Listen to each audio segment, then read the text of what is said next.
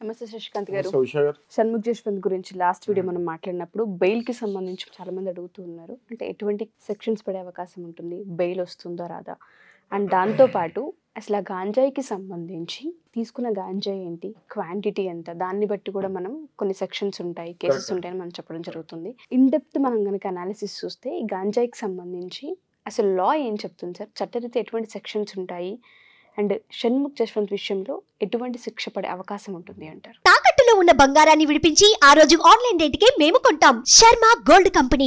మీరు ఒకటి point correct చెప్పారు. క్వాంటిటీ బట్టి పనిష్మెంట్స్ ఉంటాయి, క్వాంటిటీ బట్టి బెయిల్స్ ఉంటాయి. అది మనం ఇప్పుడు క్లుప్తంగా డిస్కస్ చేసుకుందాము.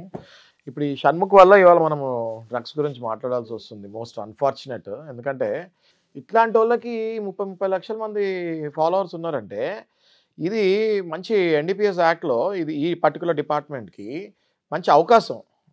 ఏంటి సమాజానికి ఇదిగో ఇట్లా చేస్తే ఇట్లా పనిష్మెంట్ పడుతుంది అని గవర్నమెంట్కి కూడా ఇది మంచి. ఇట్లాంటప్పుడే గవర్నమెంట్ స్ట్రింజెంట్ యాక్షన్ మనం ఎంతవరకు తీసుకోగలుగుతాం తీసుకొని సమాజానికి చూపించాలి. పనిష్మెంట్ ఏమీ ఎవరు ఇన్ఫ్లుయెన్స్ చేయకుండా ఈ case as per the rule ఎలా వెళ్తుందో, ఎలా ఫ్లోలో ఎలా వెళ్తుందో అలా వెళ్ళి ఎంత పనిష్మెంట్ పడుతుందో ఈ మొత్తం 30 లక్షల మంది చూపించాలి.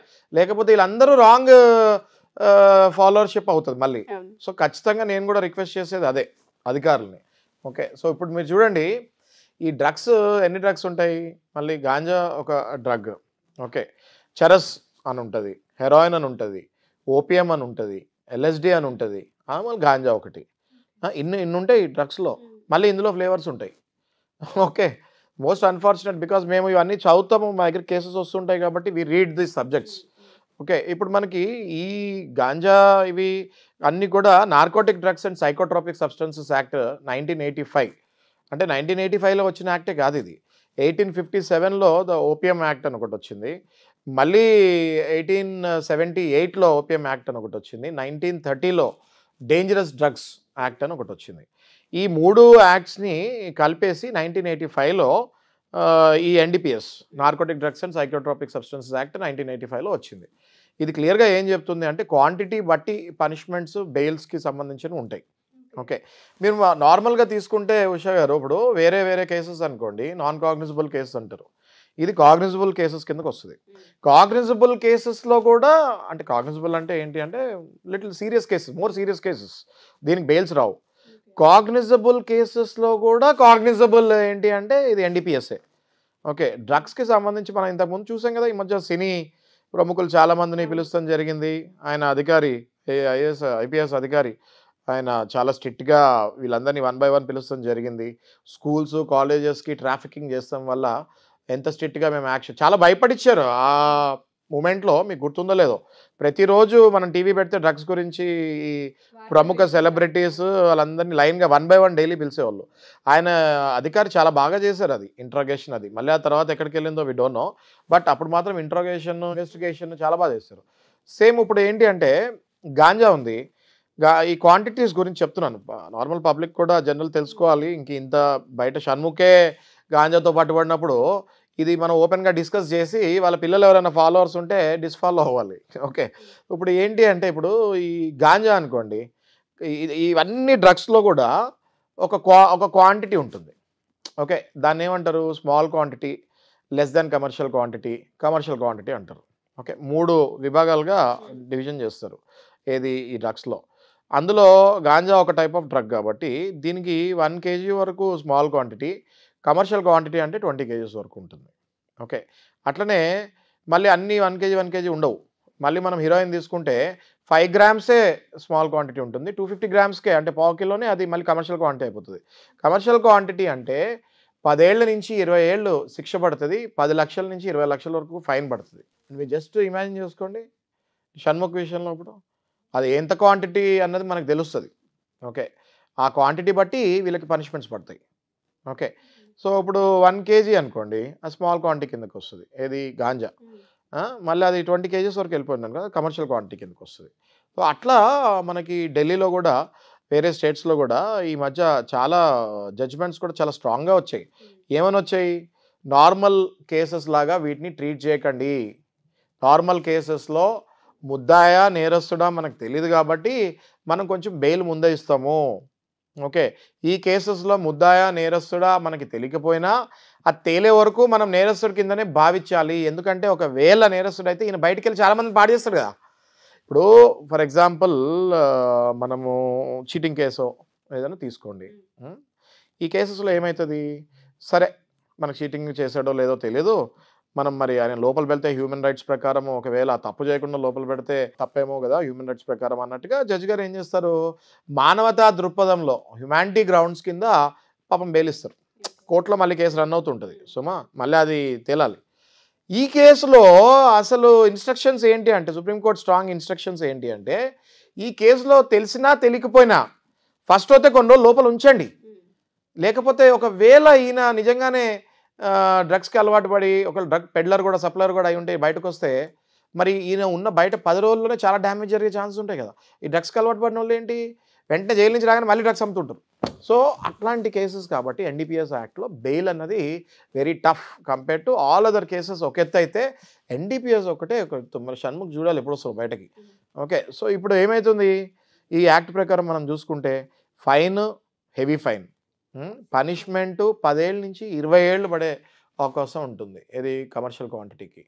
ఓకే, సో ఇట్లాంటివన్నీ కూడా డ్రగ్ ట్రాఫికింగ్ అంటారు. ఓకే, డ్రగ్ ట్రాఫికింగ్ అంటే ఏంటి, వీళ్ళు పొలాలు ఎస్టాబ్లిష్ చేస్తారు. పొలాలు ఎస్టాబ్లిష్ చేసి అందులో ఇప్పుడు చూడండి ఉషా గారు, ప్రతిదీ కూడా సైన్స్ రిలేటెడ్ ఉంటుంది. ఈ డ్రగ్స్ దేనికి పెంచుతారు, అది మందుల్లో వాడతానికి పెంచుతారు. దానికి ప్రాసిక్యూషన్ ఉండదు. ఓకే, అంటే అది పెనాల్టీలు, ఫైన్లు, అది శిక్ష కిందకి, నేరం కిందకి రాదు. అది దాన్ని ఏం చేస్తారు, అది they will use in the tablets. ఇప్పుడు మనం ట్యాబ్లెట్స్, సిరప్స్ వేసుకుంటాం కదా. ఇప్పుడు మనం కాఫ్ సిరప్ వేసుకుంటాము. కాఫ్ సిరప్ వేసుకోగానే కొంచెం మత్తు వస్తుంది. అందులో మత్తు ఉంటేనే, అందులో ఏదో మత్తు కలిపితేనే కదా మత్తు వస్తుంది. కానీ అది కాంపోజిషన్ అవుతేనే దగ్గుకు పనిచేస్తుంది. కాబట్టి దానికి వెళ్ళవడు. కాఫ్ సిరప్ కూడా చూడండి మీరు, ఎట్లా పడితే అట్లా ఇయ్యరు. Has to prescription. Sleeping tablet ఉంటుంది. ఇట్లాంటివి ఎందుకు ఇస్తారు, స్లీపింగ్ ట్యాబ్లెట్ ఎందుకు ఇస్తారు, ఈ రెస్ట్లెస్ అయిపోయి సైకలాజికల్ డిప్రెషన్లో ఉన్న వాళ్ళకి, లేకపోతే పెయిన్ కిల్లర్స్, పెయిన్ పోవాలి, ఇవన్నిట్లో కూడా they will use these drugs. వాటిని నేరంగా చూడరు, because that is useful for the human nature. Okay, వీళ్ళు కొంతమంది 1 ఎకరా తీసుకొని లేకపోతే ½ ఎకరం తీసుకొని ఓన్లీ అమ్ముకుంటానికే డ్రగ్స్ ఒకవేళ పెంచితే దాన్ని డ్రగ్ ట్రాఫికింగ్ అంటారు. ఓకే, వాళ్ళకి ఇంకా పనిష్మెంట్స్ ఇంకా గట్టిగా పడతాయి. వాళ్ళకి అసలు బెయిలే రాదు. సంవత్సరాల కొద్ది లోపల ఉంటారు వాళ్ళు. ఏది ఇలా పొలాల్లాగా వేసి డ్రగ్స్ పెంచితే మాత్రం గాంజా చెట్లు అట్లాంటి చెట్లు అని పెంచుతాం, సంవత్సరాల కొద్ది వాళ్ళు బయటకు రావు. అసలు బెయిలే రాదు వాళ్ళకి. చాలా డేంజర్ ఇవన్నీ, పిల్లలు తెలుసుకోవాలి. ఇంకోటి ఏంటంటే పిల్లలు ఎవరైనా అట్లాంటి గాంజా తాగే వాళ్ళతో తిరుగుతాం కూడా చాలా డేంజర్. ఎందుకంటే ఈ తాగేవాడు ఏం చేస్తాడు, పోలీసులు పట్టుకోగానే ఈ పేరు చెప్పేస్తే వీడిని కూడా తీసుకెళ్ళిపోతారు లోపలికి, ఫస్ట్ లోపల తీసుకెళ్ళిపోతారు. ఓకే, ఇప్పుడు మన భారతదేశము అన్ఫార్చునేట్లీ ఎట్లుందంటే, మన పొజిషన్ ఎట్లుందంటే, ఇటు వెస్టర్న్ సైడ్ ఆఫ్ఘనిస్తాన్, పాకిస్తాన్, ఈ కంట్రీస్ ఉన్నాయి. ఈ ఆఫ్ఘనిస్తాన్, పాకిస్తాన్ పాకిస్తాన్ ఏం చేస్తుంది, highest drug trafficking in the entire world. వీళ్ళు పొలాలు అంటే ఇంక పాకిస్తాన్ ఎకానమీ ఏముంది, బూడిద. ఓకే, వీళ్ళు ఏం చేస్తారు, ఎకరాలు 1000 ఎకరాలు 1,00,000 ఎకరాల్లో ఈ పండించి త్రూఅవుట్ ద వరల్డ్ పంపిస్తూ ఉంటారు పాకిస్తాన్ వాళ్ళు. ఇండో పాక్ బార్డర్ నుంచి మనకి ఆ డ్రగ్స్ పెల్లింగ్ అవుద్ది మ్యాక్సిమం. అందుకే మన గాంజా ఇవన్నీ ఇంత అవైలబిలిటీ ఎందుకు ఉంది అంటే, మన పక్కనే దిక్కుమాల దేశం పాకిస్తాన్ ఉండడం వల్ల మనకి ఎంత ప్రాబ్లం అంటే అటు నుంచి వస్తాయి. సరే, మనం వెస్ట్ సైడ్కి వస్తే ఇటు సైడ్ కూడా థాయిలాండ్ అని, గోల్డెన్ ట్రయాంగిల్ అని చెప్పి థాయిలాండ్, నేపాల్, ఇవన్నీ కంట్రీస్ ఉన్నాయి. ఇక్కడి నుంచి మనకి వేరే టైప్స్ ఆఫ్ ఓపియం అనే డ్రగ్ ఉంది. ఆ డ్రగ్ మనకి ఇటు నుంచి వీళ్ళు అక్రమంగా రవాణా చేస్తూ ఉంటారు. సో మన దేశము, ఇప్పుడు భారతదేశము క్లిష్ట పరిస్థితుల్లో నార్కోటిక్ డ్రగ్స్లో ఉంది.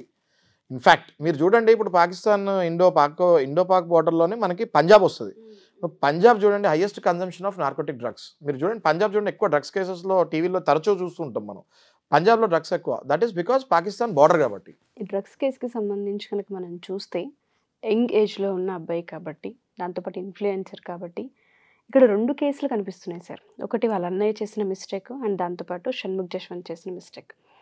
పేరెంట్స్కి సంబంధించి వాళ్ళపైన ఎటువంటి విచారణ ఉంటుంది అంటారు? మరి వాళ్ళు ఈ పెళ్ళి కానివ్వండి, ఈ అబ్బాయికి ఇంకొక 1 వీక్లో పెళ్ళి అవబోతుందని కానివ్వండి, లివింగ్లో ఉన్నాడని కానివ్వండి, లేదంటే షణ్ముఖ్ జశ్వంత్ దీనికి అలవాటు పడ్డాడని కానివ్వండి, వీళ్ళకి సపరేట్ ఫ్లాట్ ఉన్నప్పుడు ఖచ్చితంగా పేరెంట్స్ కూడా చూస్తూ వస్తూ పోతూ ఉంటుంటారు. కాబట్టి వాళ్ళకి తెలియదా అనుకోవచ్చా? అండ్ విచారణ పరంగా మనం చూస్తే పేరెంట్స్ వైపు కూడా మనం ఎటువంటి శిక్ష పడే అవకాశం ఉంటుందంటారు? వాళ్ళపైన ఏదైనా యాక్షన్ తీసుకునే అవకాశం ఉంటుంది? అంటే గర్ల్ ఫ్రెండ్ పెళ్లి చేసుకుంటా అని ప్రెగ్నెంట్ చేసిన కేసులో పేరెంట్స్ మీద కూడా 420 కేసు, చీటింగ్ కేసు ఇవన్నీ వేస్తాం జరిగింది. Along with this guy, along with accused అంటే నేరం చేసిన వ్యక్తితో పాటు వాళ్ళ పేరెంట్స్ మీద కూడా 420 కేసు వేస్తాం జరిగింది. ఒకవేళ ఈ సంపత్ వినయ్ డాక్టర్ మౌనికాని ఇంట్లో ఇంట్రడ్యూస్ చేసి తల్లిదండ్రులు కూడా ఈ అమ్మాయితోటి కలిసి ఒకవేళ రిలేషన్ కనుక తల్లిదండ్రులతో కూడా తెలిసే ఉంటే 100% ఈ అమ్మాయి వాళ్ళ మీద కేసు వేసే ఛాన్సెస్ కూడా ఉంటాయి.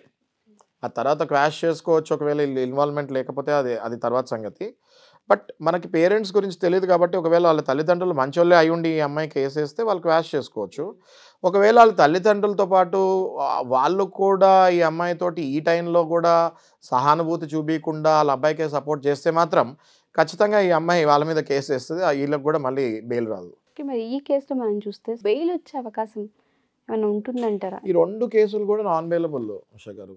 Unfortunate and bad time for their family completely. Because ఈ బ్రదర్ ఏమో రేప్ కేసు, ఈ బ్రదర్ ఏమో narcotic drugs case. Rape case అన్నది మన సమాజంలో మర్డర్ కేసు తర్వాత మోస్ట్ పనిషబుల్ కేసు రేప్ కేసే. షణ్ముఖ్ వాళ్ళ పేరెంట్స్కి చాలా పెద్ద బ్లో. వాళ్ళకి చాలా ధైర్యంగా ఇది ఫేస్ అవ్వాలి. ప్లస్ ఇద్దరు పిల్లలు కూడా వాళ్ళ క్యారెక్టర్స్ మార్చుకోవాలి. వీళ్ళకి కొమ్ములు వచ్చేసాయి, సెలబ్రిటీస్ అనగానే ఇష్టం వచ్చినట్టు మేము చేసుకుంటాము, మేము సమాజంలో ఇన్ఫ్లుయెన్స్ చేయగలుగుతాం, మాకు వాళ్ళు తెలుసు, మాకు వీళ్ళు తెలుసు అనుకుంటే ఇప్పుడు ఈ రేప్ కేసులో ఎవరు తెలిస్తే ఏం చేస్తారు, నార్కోటిక్ డ్రగ్స్ కేసులో ఎవరు చేస్తే ఏం చేస్తారు? పోలీస్ వాళ్ళు కూడా అందరూ అట్లా ఉండరా అండి, స్ట్రిక్ట్గా ఉంటారు. ఇట్లాంటి కేసెస్లో ఎవరు తెలిసినా ఎంత పెద్ద సెలబ్రిటీలను కూడా తీసుకెళ్ళి 100% నాన్ అవైలబుల్ కేసు తీసుకెళ్ళి కస్టడీలో 100% పెడతారు.